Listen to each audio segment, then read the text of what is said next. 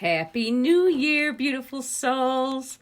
I hope you had a wonderful New Year's Eve. And I love celebrating New Year's Day. And it's also actually National Hangover Day.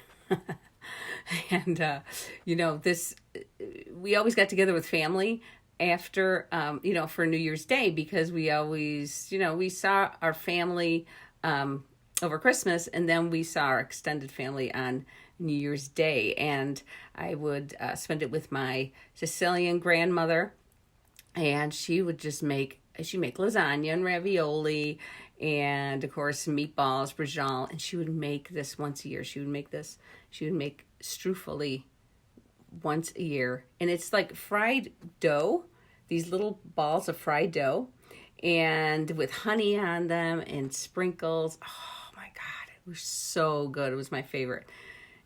I need to find a gluten-free recipe for that. So, hi, Mike. And so, it just, New Year's Day was always special to me because of that. And what is New Year's Day? Out with the old and in with the new. So, my name is Lisa Stroda. I'm an autoimmune disease health coach. And, I like January because it's a new beginning. And it's a time of transition, and we're given a chance to start over, especially if this past year was upsetting and painful, and if it wasn't, I hope, if this past year was wonderful to you, I'm happy about that, and we can just be thankful for that, and in the gift for another year.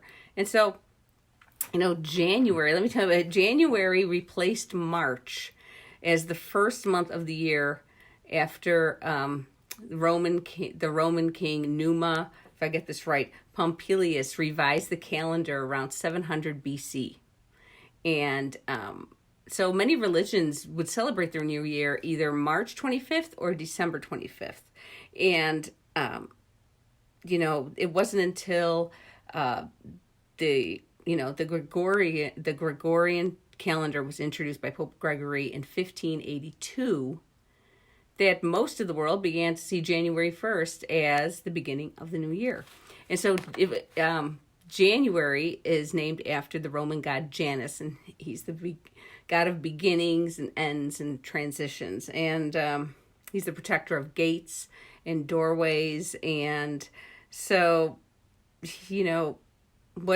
what do we usually do at the beginning of January? You see all these things on the internet about making goals for the new year. And I think that's good. That's good that we get into that frame of mind. And so, but we need to make the correct type of goals. And those are what we call SMART goals. And so SMART stands for specific, measurable, achievable, relevant, and timely. So making if I say I want to lose 20 pounds in 2020, that's really not a goal. That's more like wishful thinking. But if I say I want to lose 10 pounds by July, okay, and you keep it by July 1st. And that's better, and then if we can keep breaking those down into smaller and smaller attainable goals. So a SMART goal is specific. And so the more specific you can be, the better. The measurable, if you make it measurable, like say 20 pounds, instead of just saying, I want to lose weight in 2020. What does that mean? How much weight do you want to lose? And,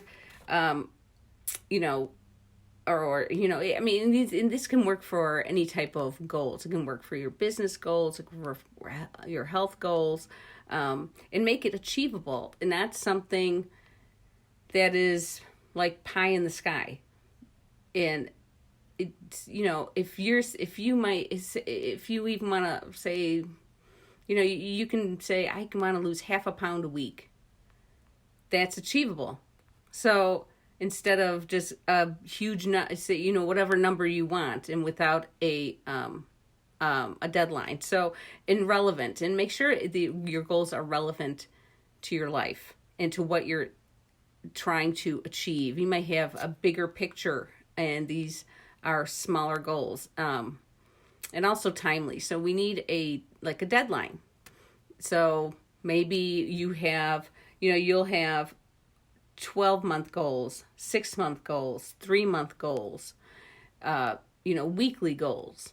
And so those all add up. Even those little ones will add up, get you to your bigger goals. So that is why it's important. And a way to do this is just write them down. And first, you can also do, write down what you want to achieve this year, and no matter what it is.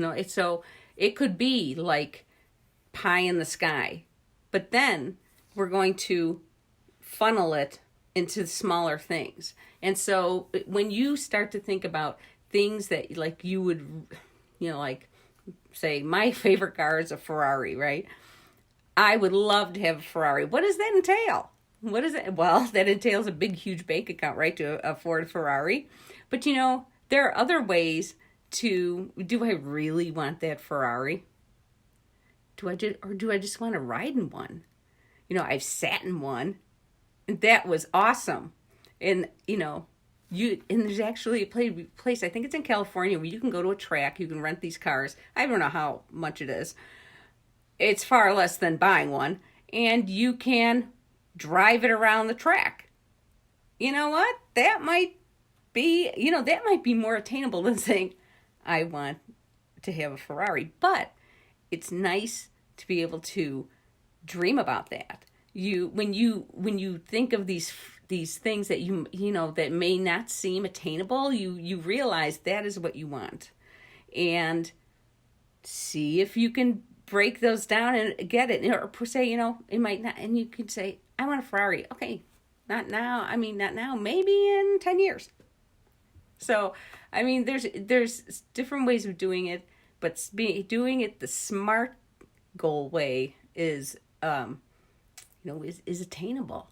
So I just want to wish you a happy new year, happy achievements this year. Have a wonderful year, and I'll see you tomorrow.